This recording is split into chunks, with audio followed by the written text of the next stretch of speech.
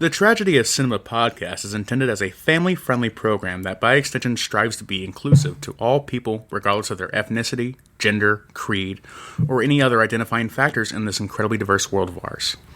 With that said, some of the films we discuss may contain serious subject matters or have content considered morally objectionable by today's standards.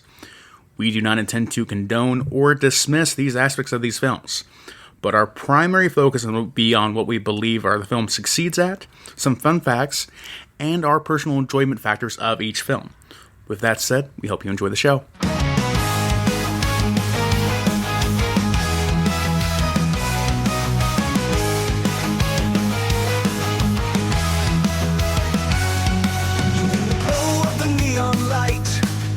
Jimbo and Kyle take flight.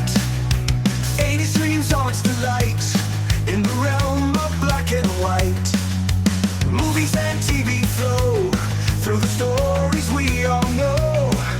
Silver screen tales unfold in the magic they bestow. The tragedy of cinema, when memories shimmer. Join us as we toast to the tales we love the most.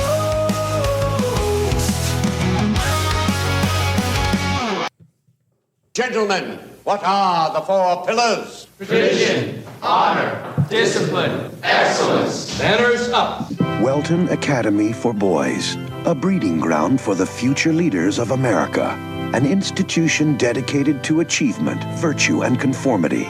A school whose rigid standards are upheld by every single teacher, except one. Come on, Mr. Overstreet, you twerp. Mr. Anderson, are you a man or an amoeba? Language was developed for one endeavor, and that is... to communicate. No! To woo women. Mr. Keating? Some people like to rock, some people like to roll, but moving and a groove is gonna satisfy my soul. Let's have a party. Touchstone Pictures presents Robin Williams as John Keating, teacher, Well, is this a dagger I see before me? philosopher, I like Byron. I give him a 42, but I can't dance to it. orator, Oh, Titus, bring your friend hither. and founder of the Dead Poets Society. A bunch of guys sitting around reading poetry. No! Ding! Thank you for playing anyway. What was the Dead Poets Society? The dead poets were dedicated to sucking the marrow out of life. Spirits soared, women swooned, and gods were created. Not a bad way to spend an evening, eh? I hereby reconvene the Dead Poets Society. To strive, to seek, to find. Gotta do more. Gotta be more. Dare to walk a new path. Dare to strike out and find new ground. I'm hearing rumors, John, about some unorthodox teaching methods in your classroom. Break out. I'm gonna do it! John Keating. He began by teaching English. Now, he's changing lives. I got the part! Tear out the entire introduction. Who put you up to it? Was it this new man, this, Mr. Keating? Are we just playing around out here? Or do we mean what we say? Tradition, honor, discipline. Rip, shred, tear. What is this Dead Poet Society? I want names. This is a battle, a war. The casualties could be your hearts and souls. For the first time in my whole life, I know what I want to do. Medicine, law, business, engineering. These are noble pursuits. Poetry, romance, love. These are what we stay alive for. That's beautiful. Sit down, Mr. Anderson. Sit down. What the hell is going on here? Seize the day. Touchstone Pictures presents Robin Williams as John Keating. He was the inspiration that made their lives extraordinary. Dead Poets Society.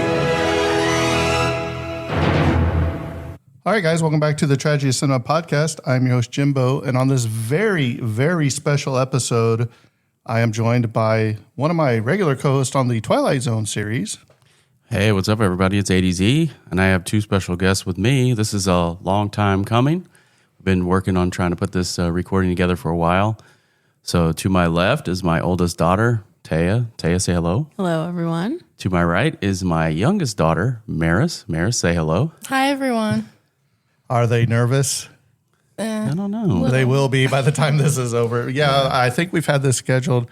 Probably, was it election night we were going to do this? I think it's been a while, yeah. It's one of our family favorite movies that we've watched several times, and we thought it would be a good idea to all get together and do a review. Right. So, but Eric, little do they know, it's time for the question. Who wants it first? Maris? Okay. Maris, what is your top 3 favorite movies of all time?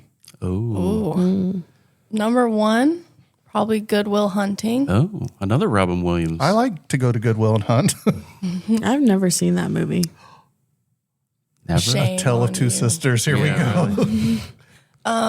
2 would probably be Dead Poets Society. And then for 3, Girl on Fire. Oh. Girl on Fire. Mm-hmm. All right. Denzel Washington. Taya. Oh, yeah. My top 3 movies? Why don't you give me your worst movie? No, I'm kidding. Yeah, give me your top 3 too. We'll keep it simple. I would say the first one is Breakfast at Tiffany's. Love it. Audrey Hepburn. Can't go wrong. I'm with Maris. 2 has got to be Dead Poets Society. And 3... This is hard. Yeah, 3 is difficult. There's so many. Right. So many, can't think of one. I'm gonna have to go The Hunger Games Catching Fire. Yeah, that was a big one. 80s. What about you? I'm Back to the Future 1, 2, and 3. Well, that's probably number 2. It's a Wonderful Life is probably my number 1. Number 2 is probably Back to the Future. Yeah. Number 3. 3 is always the hard one to come up with. A Christmas Story? Yeah. Yeah. You named your cat after Ralphie. Yeah. Christmas. That's a good number 1, 2, and 3. Named my cat. Whoa. Do you pay the bills for the cat? Do you feed the cat? Some of it. She pays for most of it. Yeah. But wait, what about you? Just like our Twilight Zones, we have an epic twist. The double twist. Maris. Next question. Wait, you didn't give us your top 3. My top 3? Number 1, 12 Angry Men. Okay, yeah. Number 2, probably what we just covered recently, From Here to Eternity. Yeah, that was a good one. It is such a good movie. Yep. And number 3, probably Shenandoah, the old Jimmy Stewart film. Yeah. Have you never seen these? No. Any of them? Here's the thing. There's a whole list of movies like on your Vudu when we would watch. On Sunday nights was kind of like our movie night. And to throw me off, I would start naming off movies and they go, seen it. And they were lying to you? Yeah, they're just like trying to throw me off. And I'm like, when did you see this movie? And they were just... What's it about? I don't know. Yeah. I don't remember. So all right. That was the running joke. So now we're going back to you. Give me your favorite actor and favorite actress. Might take a minute. She's bad with names. You know, Taya, that one guy you? in that one movie. You have one while she thinks? Favorite actress? Probably Audrey Hepburn, right? Obviously. Yeah. Favorite actor? I feel like... I don't want to say Adam Sandler. That's so boring. But he's That's very all right if you like it. versatile. Click was a really good movie. He's very versatile. Can you name another movie besides Breakfast at Tiffany's of Audrey Hepburn? Yes. What is it? Roman Holiday. Yeah, that's what I was. That's what I was thinking of. 80s. What's yours? While we give your youngest daughter a little bit more time to We're think. probably gonna say the same thing. Jimmy Stewart, man, that's my guy. Yeah, probably Jimmy Stewart would be my number 1 actor. Actress, that's a hard one too, man. There's so many that are so great. Boy, that would take a long time probably to think about. Ones that, why don't you go and then come back to me for actress? Number 1, It's Gene probably- Wilder. Okay. Gene Wilder and Jimmy Stewart, I can Kinda intertwine. My favorite actress of all time, Reese Witherspoon. Oh, that's right. You got. I would marry Reese Witherspoon. You got anything? My wife just doesn't know yet. You got anything over there, Maris? Maris, are you ready? My favorite actor would be Denzel Washington. Okay. I love all of his Yeah, you can't movies. go wrong. John Q was really good. Actress is tough. It is tough. I'm still trying to think of. I really like Jennifer Lawrence, but there's probably someone better. Hunger Games. That's where it's at. She's also done Passengers. Is that the one where they were stuck in space? Yeah, Silver Linings Playbook. I think. Don't quote me on that. She's done other things besides just the Hunger Games. I feel like she's great in all the movies. So that I've who's seen. your actor? You saying Adam I said Sandler? Adam Sandler, yeah. All right. Very versatile. 80s? Donna Reed, is that where you're going? Yeah, baby. Or who was the Katharine Hepburn's really who was good the too. princess of? She was a princess, and she was in Rear Window and To Catch a Thief. Oh, wait a minute. I got to have an honorable mention of Vera Miles. Yeah, she's really good. I can't think of her name. Oh, anyway, come back. All right, well, my brain's freezing up when you put me on the spot like that. Right. See, it runs in the family. All right, so today we are talking about Dead Poets Society. Obviously, it's one of Robin Williams' probably greatest movies that he ever did. I wasn't a big Robin Williams fan, even from his days of Mork and Mindy. You know, I just, he was always like on edge. Like his comedy was like. And on drugs. Well, I mean, he was always like hyper, you know what I mean? It was hard to follow sometimes. So, but with that being said, I think we'll kick it over to ADZ to start with, I guess he has like the budget and everything, or do you? I don't have the budget or anything. Sorry, Taia, I just did you have do it? an outline. No? Okay, No. well, we'll just skip the budget and all that stuff, and we'll go straight to the cast. All right. So we'll kick it over to Taia. All right. I've got the cast. Of course, we have Robin Williams as John Keating. We have Robert Sean Leonard as Neil Perry. Ethan Hawke as Todd Anderson. Josh Charles as Knox Overstreet. Gail Hansen as Charlie Dalton. Dylan Cussman as Richard Cameron. Alan Ruggiero as Stephen Meeks. Good job. Nailed it. Jason Waterston as Gerard Pitts. And Norman Lloyd as Mr. Nolan. And I'll do the last one, Kurtwood Smith as Mr. Perry. What's your favorite Robin Williams movie besides Dead Poets Society? Aladdin, of course. Oh, yeah. I forgot about Aladdin. He's really good in that. Patch Adams? You seen Patch Adams? I'm a 23-year-old girl. Have you seen Patch Adams? No. I think we saw that in the movies, Aladdin. maybe. You've never seen Patch Adams where he's the doctor and he wears like the clown nose and all? No, I don't think so. Have you? Mm-mm. Wow. Eric, you need to culture these girls. No. We lie to him. He tries. All right, so good job. Usually when we do the cast, we tell some other movies that these people have been in so people may have recognized them. Even though they know the name, sure, they would recognize something else they played in, but good job. All right, I think we're heading over to the younger sister who's shaking her head no. Mm-mm. Maris, why don't you give us this detailed plot analysis summary that you've come up with? Should I do the long one or the short one? Or copy and paste it, whichever. The long one, of course. All right. Dead Poets Society follows a group of boys at the strict Welton Academy who meet their new English teacher, Mr. Keating. He's not like the other English teachers, and he tells the boys to think freely and chase their passions. And something that really inspired me was the Seize the Day. So inspired by him, they secretly restart the Dead Poets Society, which is a club where they read poetry and talk about life away from the school's rules.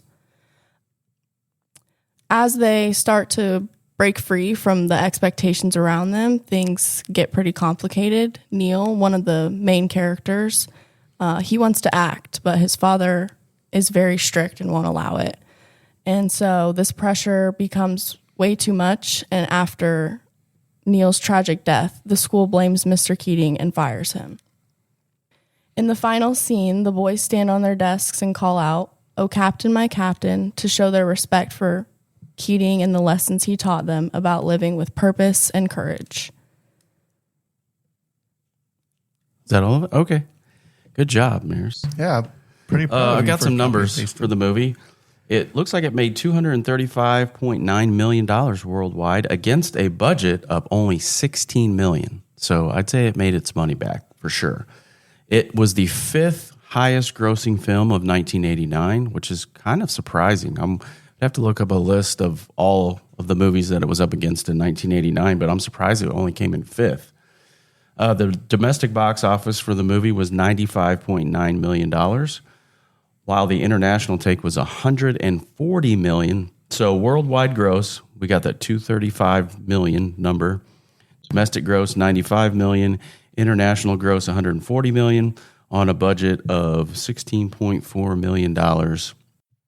And Yeah, so it made 40% of its money in the domestic, 59% in international, and altogether made a ton of money. All right, you ready for some of the top grossing movies of 1989? And we'll see if your daughters have watched these without Up or lying to down. me. Yeah, right.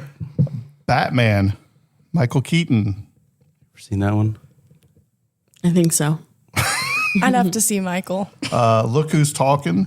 No, they definitely haven't seen Ghostbusters 2, When Harry Met Sally, National Lampoon's Christmas Vacation. Definitely seen that one. Uncle Buck. Definitely seen that one. Indiana Jones and the Last Crusade. Yes. Honey, I Shrunk the Kids. Yes. Parenthood, The Little Mermaid. Yes. Turner and Hooch. All those were 89. No wonder Field it of came in Dreams, Lethal Weapon 2, Back to the Future 2, Dead Poet Society, Still Magnolias, Born on the 4th of July, and Tango and Cash. So there are some pretty good movies that year. Yeah, so that makes sense why it only came in 5th. Right.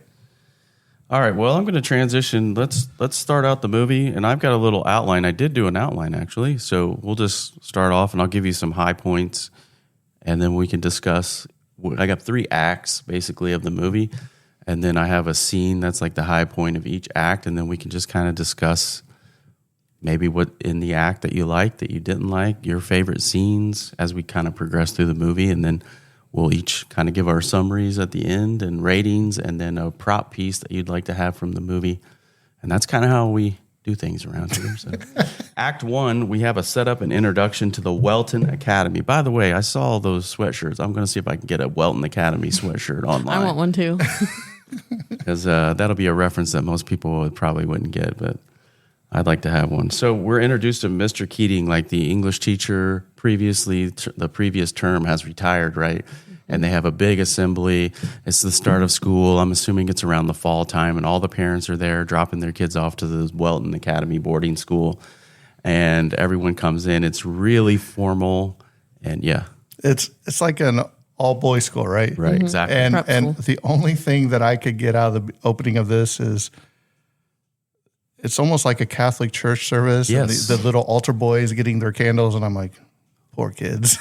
That's all I can think about. Yeah, it's like it's very Catholic, and it's in the service and liturgy type stuff, but they don't overtly use a lot of biblical language. I thought, but so in the first act, of course, we establish the world that they live in, the characters, the conflict, and then we start to see, come into focus this conformity versus individuality. So the opening film, we call Welton Academy. It's a rigid, elite, all boys prep school emphasizing tradition, honor, discipline, and excellence. We heard that in our opening trailer, right? The 4 pillars of their academy. And then we're introduced to our characters. We have Todd, the shy newcomer. Neil Perry, he's the bright, passionate student under a strict father, Knox Overstreet. Charlie Dalton, Cameron Meeks, and Pitts, and we have others. Obviously, in the classroom that Keating teaches, we'll meet Mr. Keating.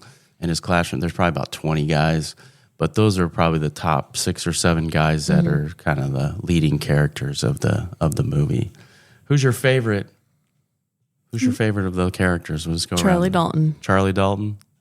Jimbo. I like the nerd. What was his name with the glasses? Is it Meeks? I think. Meeks. Yeah. There's, Charlie. you like Charlie? Is that Ethan Hawke? No, that's Nwanda, right? Mm-hmm. Yeah. Oh, who becomes Nwanda? He's the only one that wouldn't sign that paper and got expelled. That's right. See, Yeah, she remembers stuff you don't remember. He stood up for his. I like Todd. I like Todd Anderson. Did you guys have a favorite teacher in school that you just liked better than other teachers that you would pay attention to and not? Definitely. Would you like to give him a shout out here? Shout out Mr. Duran, junior year English teacher.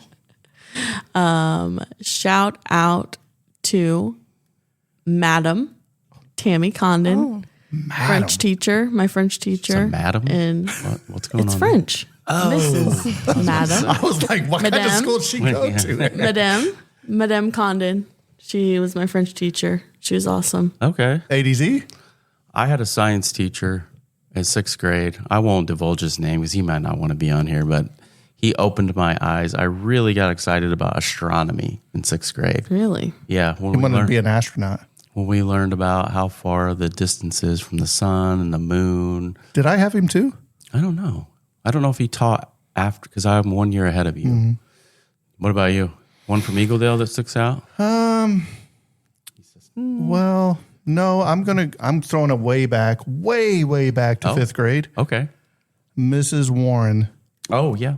You know why I liked her? Number one, she was German and I'm part German. But number two, we got to watch The Price is Right in her class because one of her friends was on there and won a car. Oh, wow. It was awesome. But no, she was a great teacher. She won it like the year that you were in fifth grade. Mrs. Warren didn't win her. No, I know. Yeah. Like you watched the show live. Yeah, because, it's not live. It's taped. But she knew it was coming on, so we got to watch it. So it was really cool. But that's where I fell in love with, like I took 2 years of German from her.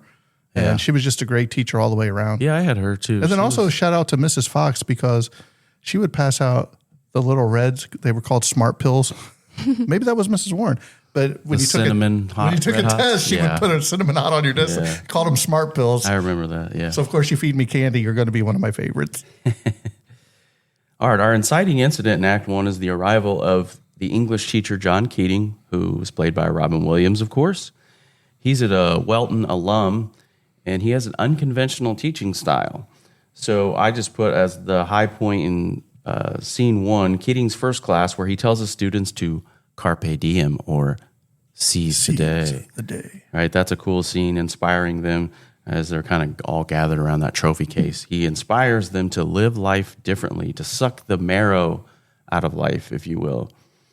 So the high point in kind of scene 2, the students discover, we're skipping ahead a little bit, they discover an old yearbook. Remember that part where Keating is in the yearbook, and this is when they see the caption, Dead Poet. He was in the Dead Poet Society. So they start, I think it was Neil that starts asking Mr. Keating, what's the Dead Poet Society? And of course, Mr. Keating gives a full description that they used to go to the old Indian cave and they would read poetry and talk about all the things that happened in this special club. So the kind of the turning point in Act 1 is the students begin to embrace individuality and self-expression. This starts setting up a tension between the schools and the parents' authority, right? Most notably, Neil decides to pursue acting. Now, I may be getting a little ahead of myself. That might be in Act 2, but he's defying his father's wishes. Well, it first starts that Neil wants to be on the newspaper, right? He's like an editor on the newspaper, and when the parents come to drop off their kids, they have a conversation. Mr. Perry and Neil have a conversation, and Mr. Perry tells him, like, you don't have enough time to do that. You're here for school, no extracurricular activities. You know, you don't have time for all that nonsense. And you pick up very early that Mr. Perry is a harsh disciplinarian, the right? tension between them. It's like he's living vicariously through his son, and he wants him to, and a lot of parents fall into that trap sometimes where they want their kids so badly to do better than they did that they push their kids for opportunities that they might not have had. That's why your dad's so hard on you, because he wants you to be better than he was. Yeah. Hey, and by the way, wasn't that guy's dad Red from that 70s show, right? Yeah. So that's kind of the turning point in Act 1. So that brings us to, unless you guys want to discuss anything else in Act 1 that you guys want to talk about that you really found interesting, like in the early stages of the movie, maybe? Yeah, I think right when they're introducing Mr. Keating, I think the movie makes it very clear that he is different from all of the teachers. Like when he stands up and they start clapping for him, and the other teachers around him are looking at him like, what are you doing? Right. You can't have fun at school. I feel like they set it up very early on in the movie that, yes, Mr. Keating teaches them individuality and all these things, but he's also a reflection of that himself. He practices all of those things, which makes him stick out from other teachers. And I feel like the movie does a good job of setting that up. Like, that's the expectation. Yeah. Even in his rising in that ceremony, like his facial expression, that's such great acting. Like he's kind of like, I guess I have to stand up, kind of reluctant to stand up in front of the crowd. That's an excellent notation of, like, you can tell the tension in even him standing up is starting to build really early on. Are you the quiet sister? Yeah. Do you have anything to say? I liked how they slowly introduced Todd into the group, and he started to warm up eventually. I would say that was. He's super shy, right? Like he is very really shy, introverted, very quiet. Yeah. Who's the one? Is he the one that had the brother that went there? Yeah, which maybe, I wish we could have explored the dynamic there because his brother was like a Rhodes Scholar or something like that, and he did very well at Weldon Academy, and he went on to do great things, and so he's kind of living in the shadow of his brother's excellence, if you will. So, all right, good stuff. Let's move on to Act 2. Confrontation and freedom and consequences. So the students start exploring their newfound freedom, and again, just this internal pressure begins to build. Keating's influence grows as he inspires the boys to think independently. And then one of the key scenes was all the boys came up to Keating's desk, and they all stepped up on his desk, right? And he told them to look around and to see the world from a new perspective. Neil's passion for acting again begins to grow really in Act 2. He really starts to he tries out, right? He has an audition, and then we find out that he gets a role, and he's so excited. But in the midst of all the excitement, he has to write a letter, right? He takes it upon himself to type up a letter in his dad's name, to forge his dad's signature, right? Between the headmaster and his dad, they have to give him permission so that he can be in the play. And then here's a focal point too, is a romance, right? Knox's love for Chris. We didn't mention that in Act 1. He goes and has dinner with a family friend. The Danberries. Yeah, the Danberries, right. And at this dinner, Chet Danbury, who's the son, has a girlfriend over at the same time. And he just falls like madly in love with this girl. It's a huge Love subplot. at first sight. Huge subplot of the movie. It is, yes. And he starts to gain boldness, right, as the movie goes on. First, he gets up the courage to call Chris on the phone, and then she invites him to like a party. And then some stuff happens at the party because everyone's drunk, and he gets punched out by Chet. Takes a beating for her. Yeah, he's throwing caution to the wind. He doesn't care, whatever it takes. Love is blind, man. Love is blind. It really is. So his pursuit begins to grow, and then Charlie, he's now calling himself Nwanda, right? And he's really coming into his own rebellion. And he publishes an article in the school newspaper demanding that girls be admitted to Weldon. And he signs it in the name of the Dead Poets Society, which upsets a lot of the guys because they're going to be outed. This was a secret club. And I just have down here the high point of scene number 3 inside this act is the cave meeting. The boys, they read the poetry, they laugh, and they shout, and they come alive emotionally. And one other thing is introduced. There are girls that are now coming. 2 girls come by Charlie's invitation. They come to the Dead Poets Society meeting in the cave, and all the guys are like, like there's girls here. Girls always ruin everything, don't they? Can't have anything good or nice. Yeah. So, and then in Act 2, like I have down here, the high point in scene number 4 is Neil's triumphant performance as Puck. And Keating and all the boys celebrate, but the father, he's like really, I mean, just his facial expression standing at the back of the theater, that's one thing that really sticks out too.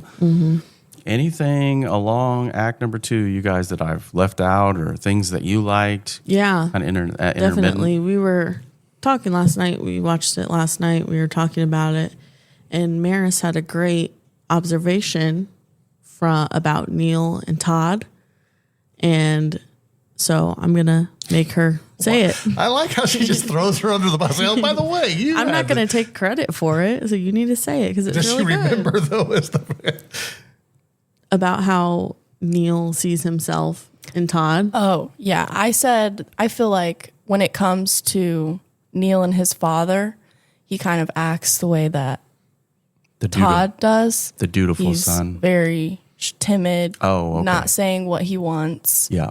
And that really stood out to me, just how they bounce off of each other in their character traits and kind of Todd wants to be what Neil is, and Neil feels for Todd. Yeah, he feels for Todd because I think he has sympathy and can relate to that when it comes to his father. Mm-hmm. Definitely. That makes sense. Good observation. Yeah. Very good. So the Act 2 turning point. I think your daughter has something else to say, Gary. Oh, I'm sorry. No, this one. Did I cut you off? I was just going to say, I really like the progression of how kind of in the beginning of forming the Dead Poets and deciding to go reconvene the club and all that. I feel like it kind of starts out as a joke almost of like, right. Oh, we're just going to go find the cave and hang out after hours when we're not supposed to be.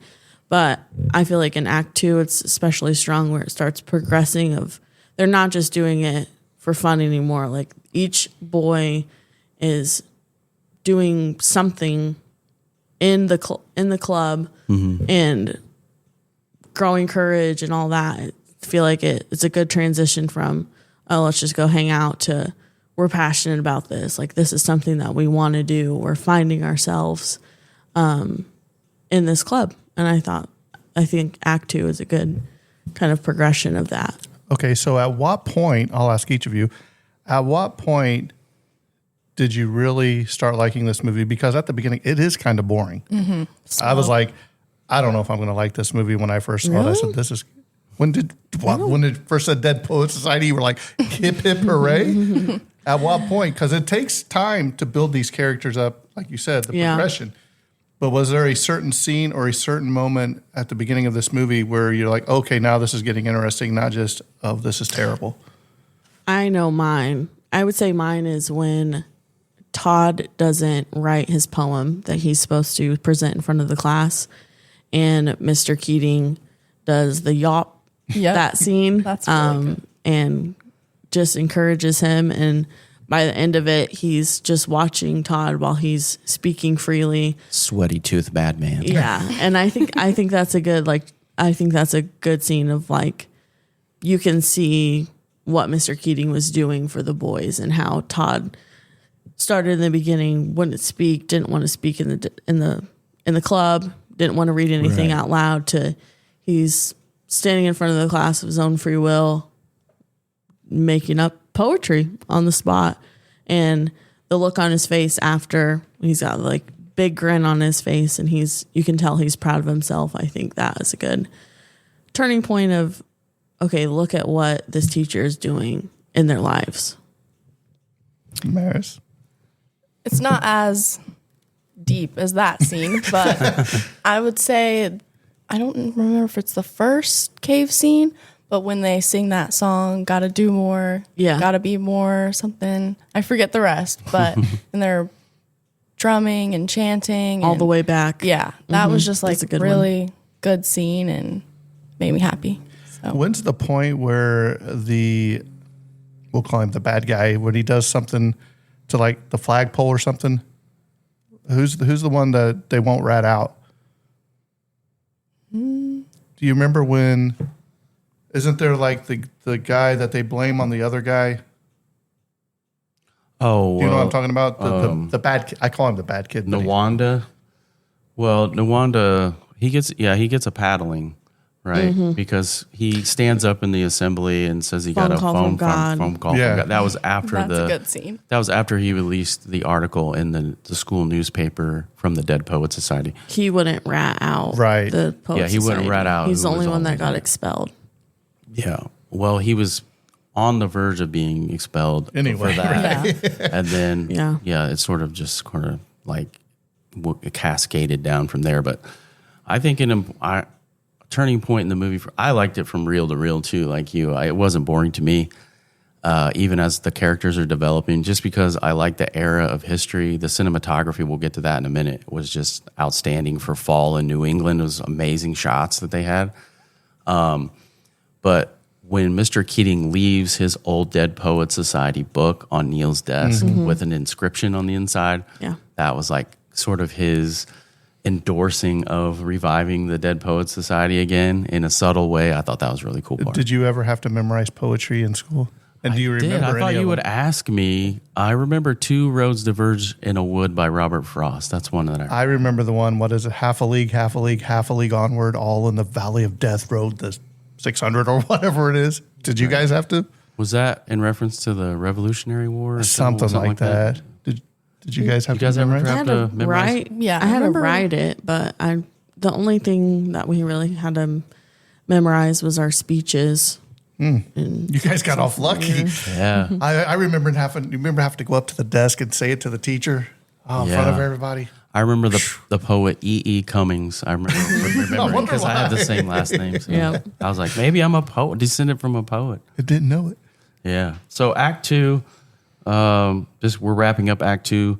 The turning point, Neil's father ends up withdrawing him from Welton and plans to send him to military school. That's such a powerful scene where he leaves the theater. His dad's like, come on, we're leaving, get out of here. And he's like elbowing people out of the way through the crowd to get him in the car. And everybody at the school, like Mr. Keating and the other boys are like, hey, what's going on? Like, you know, they wanted to stay and go out and have fun after to celebrate.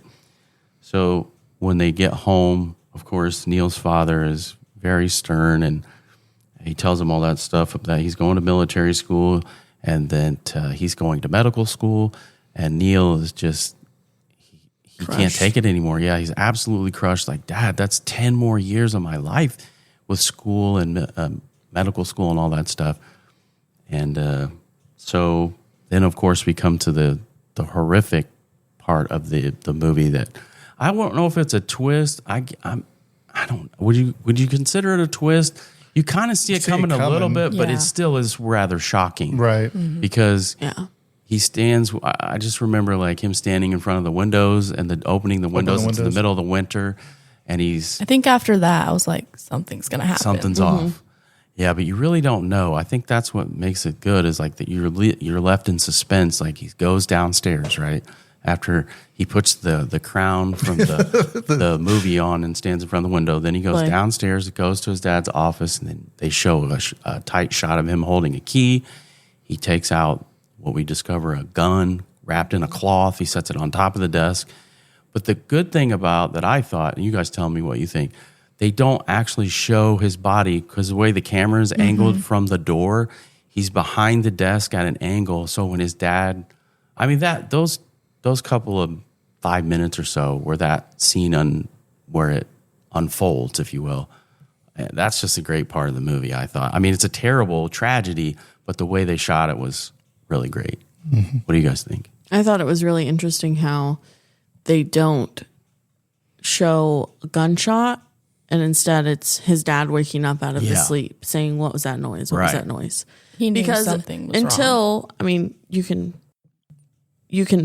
piece together what happened, but until he finds his body, you don't know for sure what happened. And I thought that part was really interesting.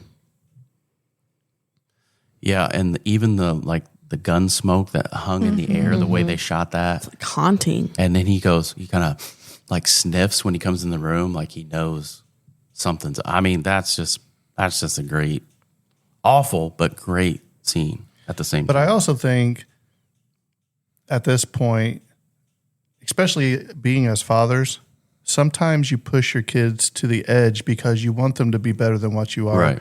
Without letting them discover their own identity and doing things they want to do as well. Yeah. And I think that's an overshadowing of this movie too, because sometimes it's just too late. You had your opportunity and you push so long and so far that it just breaks. It breaks and it's over. Yeah. Very sad. Just tragic. Like I remember I saw this the first time in like junior high school.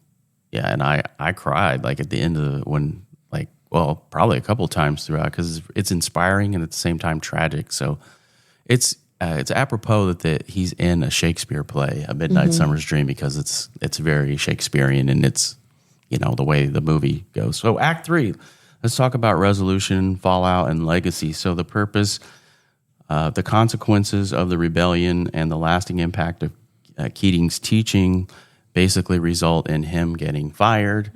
And the school does an investigation. Welton's administration blames Keating for Neil's death.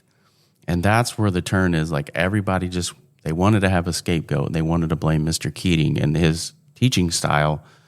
And then the students are actually coerced into signing the statement, as we talked about earlier. Then Todd has a breakdown. Todd, who is previously timid, breaks down crying, and Keating is dismissed, showing how deeply he has changed. Just a trivia point in here while I'm thinking of it before I forget. Do you know that scene where Todd is being told, he gets woken up in bed, and then the scene shifts to outside? They were going to do all that inside. Jimbo may have that in his trivia notes. They did it in one take, for one, and the director wanted to move it outside because it had just snowed, and he thought it would be a better setting where, where he runs away down the thing. But just throw that in there. That was a really great scene. Anything so far that you guys want to point out, comment on so far? I think probably the biggest question in this movie is who's responsible for Neil's death. Obviously, Neil himself, because of suicide. Right. That he completed the action. But what led him? Yeah, there were factors that drove him. Is it his dad? Is it Mr. Keating? Is it himself? A combination of all three. Yeah. I think the biggest direct one would be his dad. He felt trapped, like he said in the movie when he's talking to Mr. Keating. He felt trapped, and he felt that there was no other way. He has a passion for acting and being creative, but his dad wants him to go to medical school and be a doctor. And when you're a teenager and things are high end, he felt like there was no resolution between the two. No way out. He was trapped. It was one or the other, and he couldn't live with that. And then also just the authoritative presence of the school. The school itself discourages individuality and expression, and I feel like that plays a part as well, because Mr. Keating was the first teacher or, anyone a part of the administration that encourages those things. The school itself, I would say, is probably oppressive in that sense. Yeah, they're more interested in the history of the school and the rules and everything that has happened beforehand. Preserving the legacy. Right, and they don't want to be sued into oblivion and close the school down. So they've got to find somebody to blame besides the school itself, yeah. I think that Neil was trapped in this mindset that this is going to be forever. This is how it's going to be. And he was so young, and he goes and talks to Mr. Keating, and I think he gives him really good advice, like saying, you can finish school, and then after that, pursue acting. I just think he wasn't old enough maybe, or didn't have the right person in his life, like a father figure, that could help him realize that this is not forever. Yeah. And, you have to talk to your dad. And he had the opportunity, and he still didn't. Yeah. I think that's really, yeah. I'm kind of confused, like, why wouldn't you, this is your opportunity. He said, what are your feelings? And he didn't say. Right, in the office at the end. In the office scene with the mom. But I think also with Mr. Keating becoming the scapegoat, it just hits harder because we know, as the viewers of the movie, we have all the context. Mr. Keating never told Neil to defy his father. He encouraged him to talk to him. He encouraged individuality and all of these things, but he never blatantly told him to defy your father and do what you want.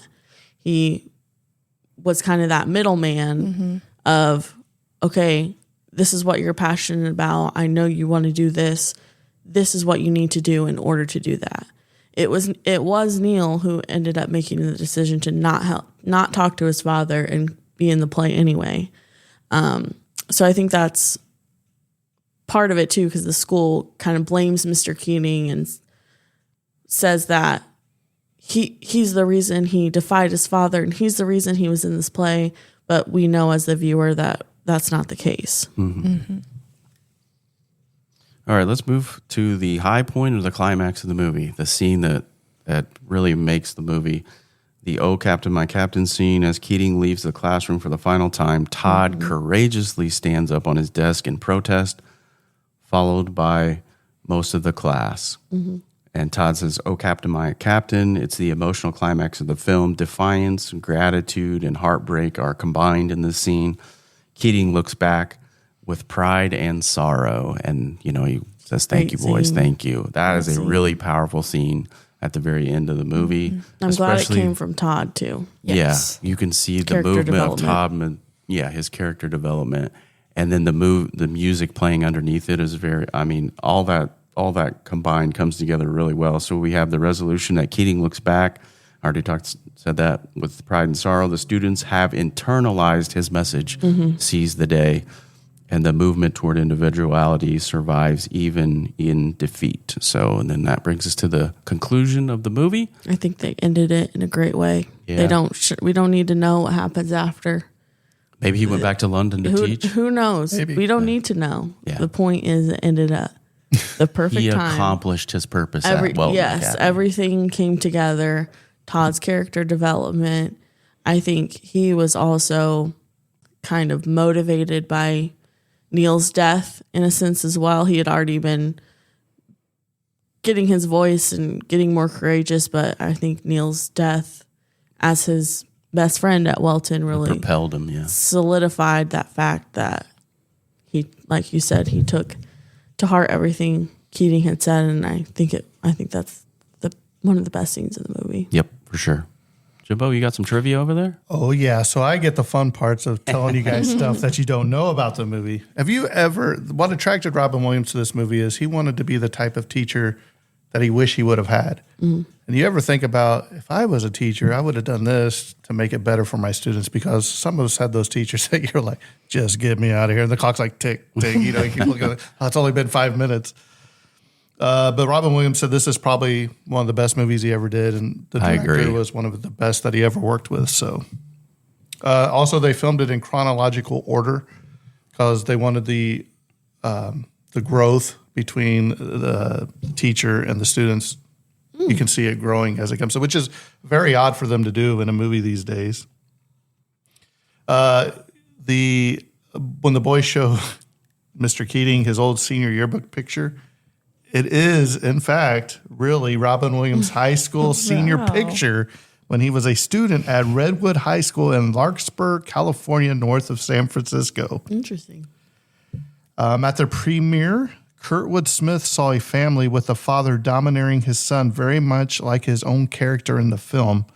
After the film, Smith noticed the family leaving and saw that the father was crying. So maybe the movie had an effect on him. Yeah. Robin Williams died in 2014, and a lot of the media outlets used the line, "Oh, Captain, my Captain," for his obituary. The movie's line, "Carpe diem, seize the day, boys, make your lives extraordinary," was voted as the number 95 movie quote by the American Film Institute out of 100.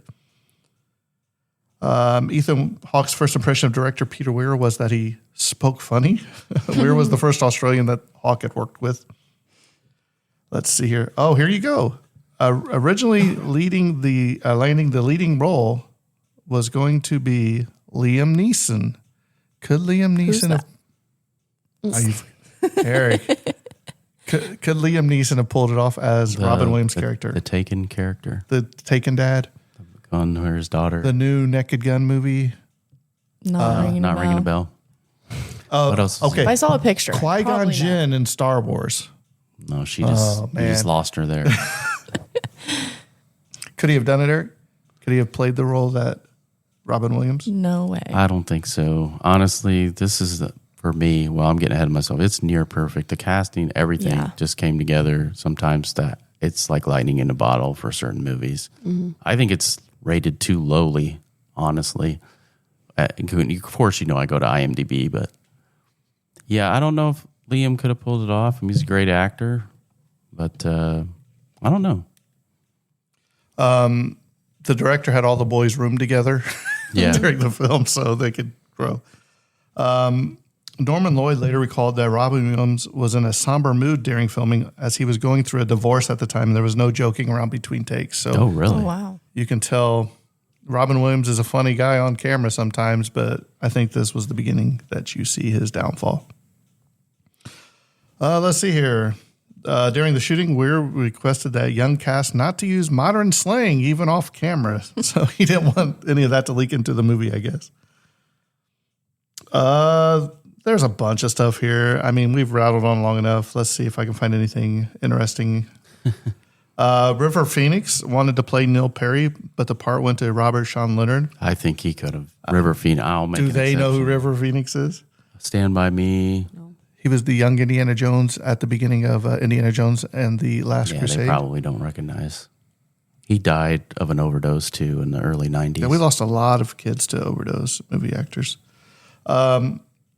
Due to the popularity of this movie, there was a short movie sequel being planned with Todd Anderson following the footsteps of his mentor. The movie was canceled due to the unavailability of the original cast, though. Really? That would have been good. Mm-hmm. Maybe. Or it could have been like A Christmas Story, too, where the summertime version. Or Well, National they Lampoon's waited way Christmas. too long. Yeah. What's the National Lampoon's Christmas where they're where they're on the Hawaiian island? Cousin Eddie and them. Have you seen that? I don't think I've It's seen bad. it. This was filmed at St. Andrews, a private boarding school in Delaware.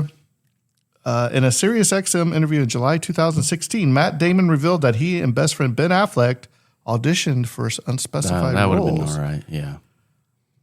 The map the boys are looking at when they are planning their first Dead Poets Society meeting is actually a contour map of the Blue Ridge Parkway National Park Service and the Appalachian Trail in Virginia.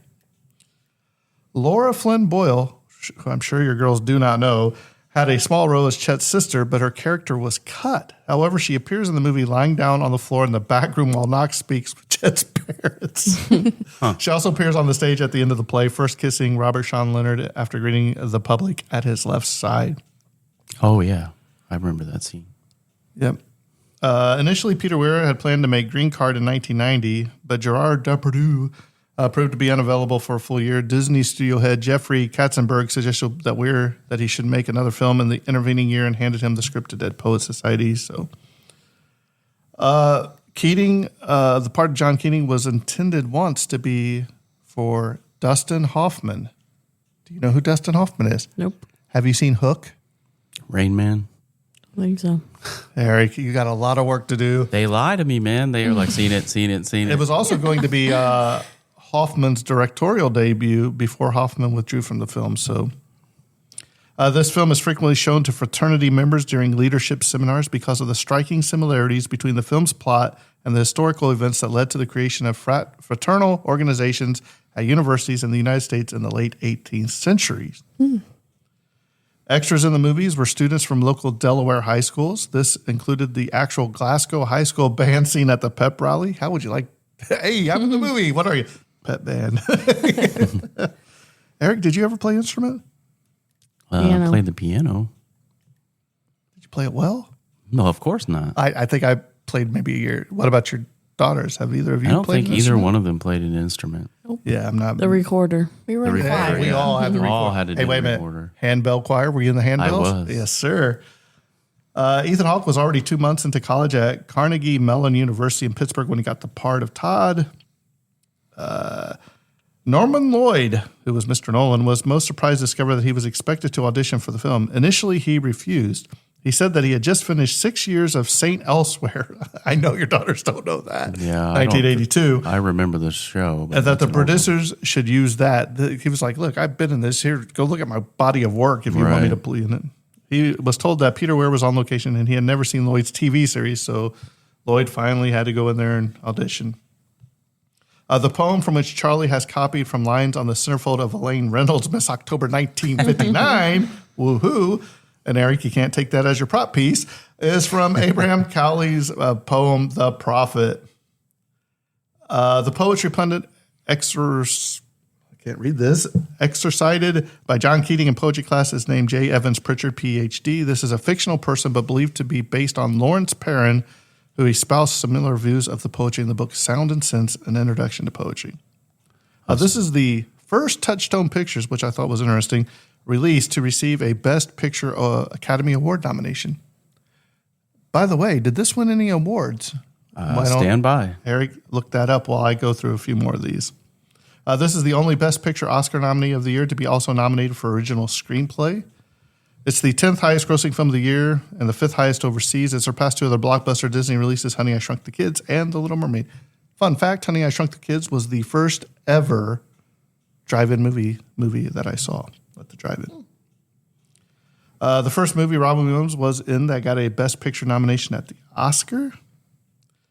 The movie has also been described by some, including co-star Ethan Hawke, as, quote, One Flew Over the Robin's Nest, a loose recollection in which Robin Williams had the Jack Nicholson role, Norman Lloyd had Louise Fletcher's, and Robert Sean Leonard in Brad Dourif's. Have you guys seen that, One Flew Over the Cuckoo's Nest? Nope. That's a great movie, too. Yeah. They need to watch that. I got some awards here. I'll jump in. 1990, they were a nominee for Best Picture. 1990, nominee for Best Actor in a Leading Role. That was Robin Williams. 1990, a nominee for the Best Director for Peter Weir. And they actually won the 1990 Oscar for Best Writing Screenplay written directly for the screen. That was Tom Schulman won the Oscar for Best Screenplay. So it did win 1. Nominated 4 times, won 1 out of 4. So still pretty good. Yep. All right, so I'm going to ask your daughters these. There's 2 people I found that was originally slated to play Mr. King, Robin Williams' character. So Mel Gibson. Could Mel Gibson have pulled it off? Do you know who Mel Gibson is? Yes, I know who Mel Wow, we finally found one. Could he have done it? No, I don't think so. What about Bill Murray? I'd have to see his picture. it is hard to recall things when you're 20 years old and you don't have it in front of you. Right. Only a few more here. The only Dead Poet member who was actually alive in the year the story takes place is Gail Hansen, Charlie Dalton, who's born exactly in 1959. The other actors were born between 1969 and 1971. Oh. Mr. Perry wants his son Neil to be a doctor. Robert Sean Leonard, Neil, would later play a doctor on House in 2004, if you've ever seen that TV show. Mm-hmm. Neil also predicts that Knox will become a lawyer. Charlie would later play a lawyer on The Good Wife in 2009. Despite playing adversaries of his character in this movie, both Norman Lloyd and Kurtwood Smith spoke very highly of Robin Williams in real life. In 2014, when Williams passed away, Lloyd, who was then 99 years old, gave an interview calling Williams a brilliant actor and said he was devastated along with the rest of the world to hear he had passed away. 99. Whew, that's a long time.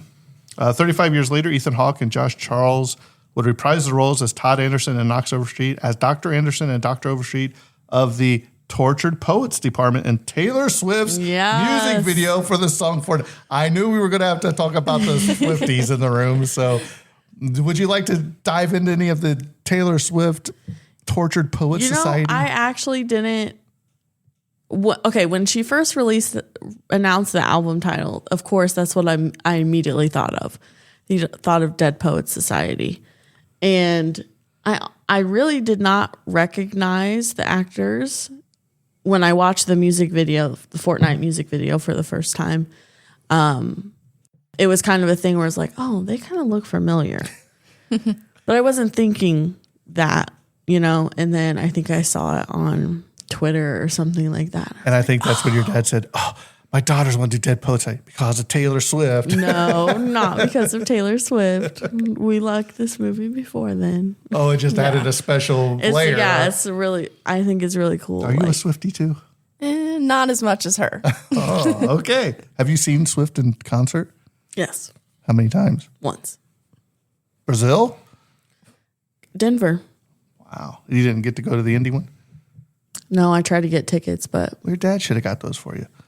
All right, Eric, I don't know if they won't know, but here's a couple more. Mickey Rourke for the role of John Keating. Too old by that point, right?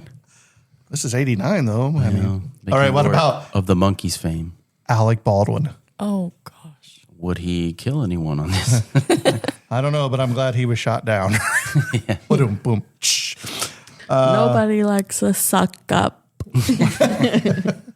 I always just picture him in Beetlejuice. Okay, well, I talked about Taylor Swift already. Most people have modern hairstyles that look nothing like the 1959s in this movie. So let's see here. And last but not least, here's somebody that turned down the role of John Keating, and we'll cut it off here. Tim Allen. Could Tim Allen have pulled it off? Honestly, yeah. Santa Claus. I think out of everyone you've said, he would be. You like him the best. He would be the Do you know most- who he is? From Home Improvement? She knows who he is. More she power? just doesn't know the name. Santa Claus, the Santa Claus movies, Disney. Oh, Christmas the Cranks. Yeah, that's one of my favorites. Mhm. When Yeah, he that's a good freezes movie his too. face. All right, so we've come to the point. We'll start youngest to oldest. So we'll start with Maris, then we'll go to Taia, then me, then Eric. I want you to give me your thoughts, feelings, ratings, 1 out of 10 of where you place this movie. And your prop piece. And your prop piece. Like, Something was there that you something would in like the to movies have. that you would You like wanna to put in your Like room? the typewriter on Neil's desk, or the book of poetry, or I would say The Crown that that's a Neil good one. wears. That's a good one. So, what's your overall thoughts, feelings? Rating would be 9 out of 10. Just because I feel like in the beginning it was slow and it took a little bit for it to pick up. Thoughts and feelings. I mean, it's a very powerful movie in my opinion. I think Robin Williams made it. I don't think there could be anybody else that could have done it. Yeah, but you say that, but if somebody else had done it, you'd probably like, well, Robin Williams couldn't have pulled it off, right? Yeah. It's fun to think about, I Yeah. guess, but that's about where it ends. Yeah. But yeah, I think the brotherhood is really inspiring and it's really cool to see the growth and watch them break out of chains from the school and Todd especially, seeing him at the very end, the "Oh Captain, my Captain." I mean, even when Keating walks in the room, I feel like the whole demeanor of the class changes. It's like very You can tell powerful. something's gonna. And they're just watching him with their eyes. And yeah, but that's probably one of my favorite scenes too. It's in your top 3 too. So Yeah. Number 2, if I remember correctly. yeah, But of course, they have to watch all these other movies they've said they've seen. And they might change them. eventually. All right, Taia. You're on deck. Well, it's 10 out of 10 for me. Wow. But it's not your number one movie. 9.8 then. I don't really have any criticisms or anything like that. I think the only thing that I would say is that some more development between Todd and Neil's relationship would be good. You might as well just go ahead and. Well, we've had this discussion. A lot of people online think that there was a more romantic relationship between them. Right? Yeah. I don't know. I guess I could kind of see that. I can kind of see it. That's why I'm saying like some more development between that so you can kind of get the context for it. Because when they tell Todd that Neil's dead, he has the most outwardly expressive reaction out of all of them. And I think it just makes you wonder, like, was there something more? Was there not? Right. You know, so some more development between their two characters. I like their characters a lot, just in general. Just some more context between, like, maybe a little bit about Todd's home life, because we know about Neil's, but we don't really know about Todd's. We just see his parents at the beginning and at the very end of the movie. And in then the his office, parents give him the same death set twice. So it kind of makes you, okay, so Todd's, even at home too, you can kind of see Todd's in the shadows, invisible. So some more background and context would have been nice for Todd's character, especially, and then both their relationship with each other. But overall, again, like Maris said, really powerful message. I think another thing about it is poetry, especially with boys, is not something that you see very often. Yeah. I think Absolutely. I agree. I think it's an interesting concept to see how one person's influence can have these boys writing poetry and meeting together and talking out loud and reading out loud and doing things that they wouldn't have done before. I think that's a really cool concept because you don't see that a lot, especially with boys. So yeah, and then my prop piece, I would say probably the book that, sorry if I stole anybody's, the book that Keating puts on Neil's desk, because that's kind of lights the fire. It's what gets them to join, and now they have something to read out of when they formulate the club. Right. All right, it's my turn. Wait till I just trash this movie, then I'm going to have a family full mad at me here. No, I'm right there with you. I think it's probably a solid 9 out of a 10. For me, as you get older and you watch this movie again, your perspective changes. Being a father, it affects you differently than being a child watching this movie. For me, you want to make sure that everything that you've tried to instill in your kids' life is something that they took away, and that you weren't too hard on them to turn them away. So that touches me in a different way than maybe what it affected you guys.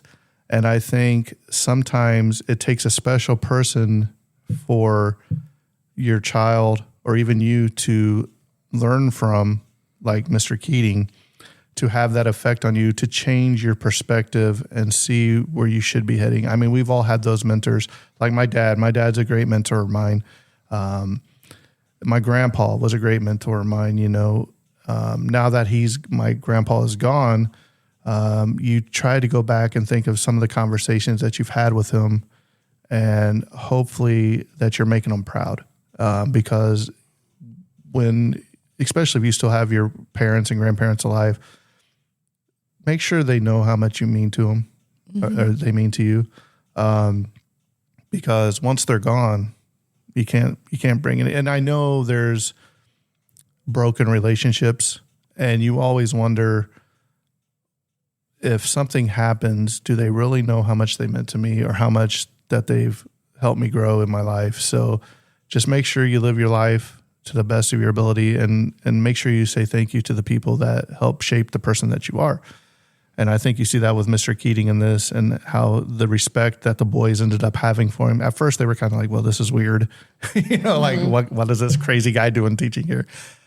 But in the end, they ultimately gained his respect, as you see at the end of the movie when they all stand on their desk. My prop piece is I want to take some of the pages from the books that they rip, the pages they rip out of the Introduction. books. Yeah, that way I can have multiple ones, because I love that scene of the movie And too. when they say, read part of the introduction, turn to page. Oh. The introduction, it's been ripped out, sir. I think that's good. Yeah, that's probably one of my favorite parts of the movie, where they're all ripped. Because, I mean, let's They didn't face wanna it. do it. How many of us doodled in our school They were books? afraid. Yeah.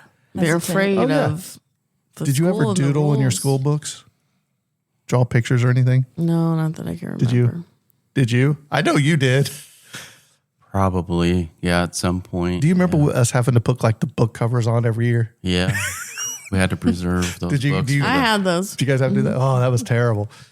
And they're yeah. all falling apart. And Oh yeah. Well, one more year. I think I even bought some of your dad's books because he was a year ahead, but we got it handed down to us, and I'd be like, and they'd be like, "Oh, look what he drew here." I might still have some. I'll have to break those up. I have one of my old history books that I don't know if I'm supposed to have it, but I took it. And I know Taia knows this because on election night when we were all watching, because Maris wasn't here yet, I don't think, and we pulled out. Yeah, Maris was here. What was the time? Yearbook. Not just the yearbook, but we pulled out the school newspaper that we had. And your dad was the editor. I think it was me. You're the editor of the newspaper? Yeah. Wow. It was like a school circular, and then I think that bled over into the school yearbook. You got a certain group of students got together, and they got to help put the That was yearbook fun. The together. yearbook was fun to put you together. got your picture taken. Yeah. Yep. All right, 80s. It's up to you, the old man of the group. All right. So I just have some remarks that I wrote down. It says, we all have, if we're fortunate, an oh, captain, my captain type of person in our lives, whether it be a teacher, a parent, minister, or friend, someone who challenges us to seize the day. We all face our own Chet Danbury types of challenges to overcome, or perhaps even worse, a domineering Mr. Perry. The film inspires us to rip out the pages of unnecessary conformity, to reject the following the crowd sort of attitude, to simply conform for conformity's sake. Mr. Keating's character is truly inspirational, embodying a philosophy of free thinking and self-expression.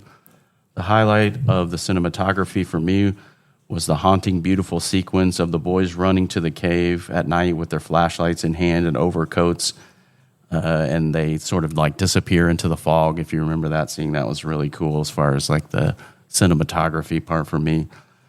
And then I believe the character of Todd shows the most growth, being beginning as a shy boy and very uncertain. He transforms into a brave young man who finds his voice. So for me, it's definitely at least a 9. I might even push it to a 9.5, just because of the sentimentality around it and all of us watching it. That probably gives it a little extra boost. It's a great movie on its own. I think IMDb rated it an 8. I think that's just a little too low for me, but for me, yeah, it's almost a perfect movie. It's definitely in the top 5 movies. We like this movie. Yeah, so yeah, that doesn't happen very well. It happens more often than not. But for 4 people to come together and give it high scores, I think it's worth a watch. So I really want to see what your daughters say about some of the Twilight Zone episodes. Right? They refuse to watch. Watch your prop piece there, Cummings. My prop piece is Todd's desk set because he has an extra one, so I'm going to take it. Oh, which one are you taking? Next year. The one that flew off the balcony. All right, so there you have it. I want to thank Taia and Maris coming on, although forcibly from their dad. It was fun. Not forcibly. Not getting up this early though, right? That was forcibly. His idea. Right. So we're gonna throw this out there. If anybody that listens to this messages me or sends me an email at thetragedysim@gmail.com and you want to hear more from Taia and Maris, we'll make their dad forcibly set it up again. They're shaking their heads. I'm thinking that they need to set up Flicks with Chicks and they can cover all the chick flicks for us on their own. That way there's no pressure for me or their dad, and then they can pause and re-record and anything. Especially some of them Jennifer Lawrence movies. Please take those off my end. But yeah, thanks for coming on. 80s, thanks again. Us. Oh, Thank you. Anytime. This has been a long time coming. We were going to do Breakfast at Tiffany's, but you drug your feet so long, and then me and Kyle covered it. So maybe we'll have to have a redo. Maybe we can do Roman Holiday. Okay, there you go. We'll do Roman Holiday. See, she's already run to come back. She's a natural. Maris is like, well, get me out of here. But with that being said, I think this episode's coming to close, and that's a wrap. And cut.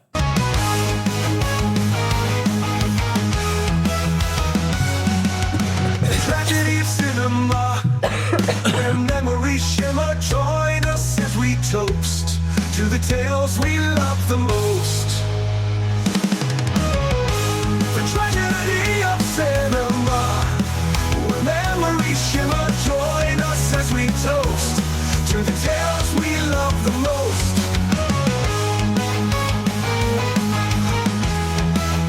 Those we love the most.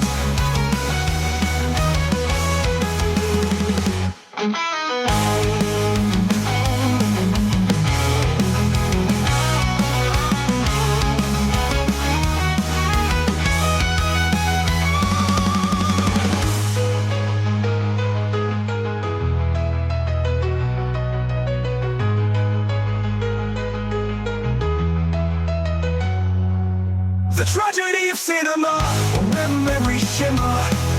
Join us as we toast to the tales we love the most. To the tales we love the most. The tragedy of cinema, when memories shimmer. Join us as we toast to the tales we love the most. To the tales we love the most. To the tales we love the most. Now I think the most important question is, oh, Captain, my Captain, what's for lunch?